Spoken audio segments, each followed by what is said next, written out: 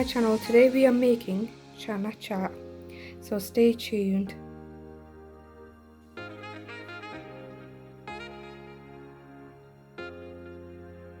With 2 tablespoons of vegetable oil and a teaspoon of salt.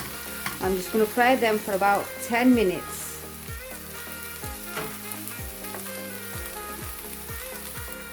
Right, it's been 10 minutes. Now I'm going to add my spices. So in goes my chili flakes. I've got about 2 teaspoons there. I'm going to add some curry powder. I'm going to add a teaspoon of curry powder there. I'm going to add a teaspoon of cumin powder, that's zira powder. I'm going to add a teaspoon of dhania powder, that's coriander powder. And then add 2 teaspoons of chana masala powder. And finally, my tomatoes. And I'm just going to give everything a mix.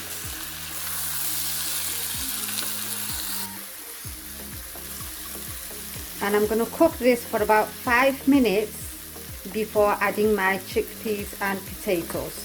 So I'm just going to cover it up and cook it for 5 minutes. Right. It's been 5 minutes. And I'm just going to add my chickpeas.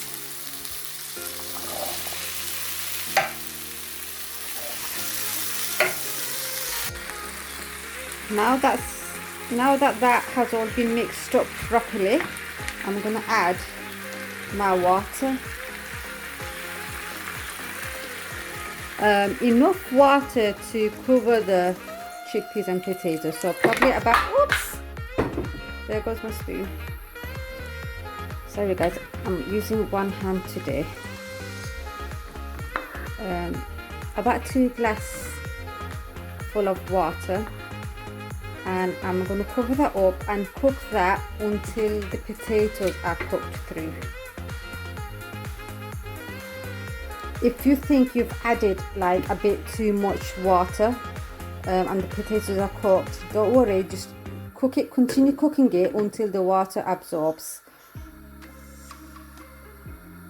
Don't stress. So I think my potatoes are cooked now.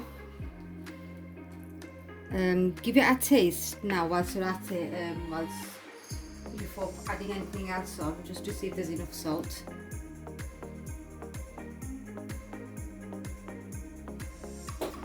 I think I'm just going to add another half teaspoon of salt here. So that's 1.5 teaspoons of salt altogether, and then just give it a mix. Now it's nearly done now. What's left is to blend the mixture with a hand blender, but you're not going to blend it all. You're going to blend it like 50-50. So half the potatoes are like crushed and half of it remains full. After I turn it on,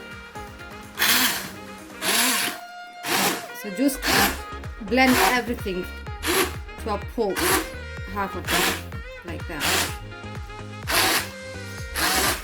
I think that's done. I don't know if you can see properly because of the steam.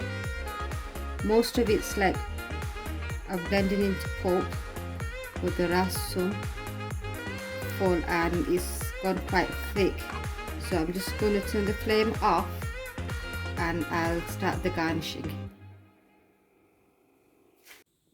Now the final step, garnishing. I've transferred my chana chat into a dish, so it's already cooled down.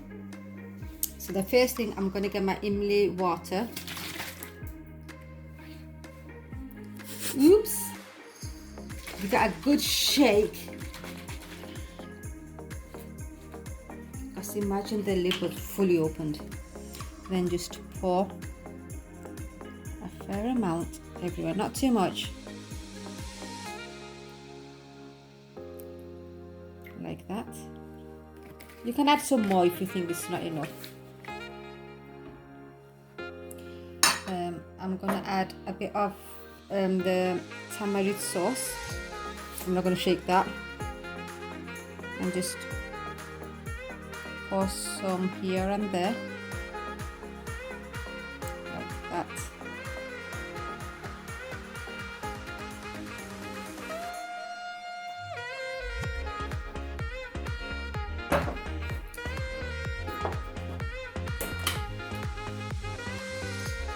Add a few dollop of yogurt here and there.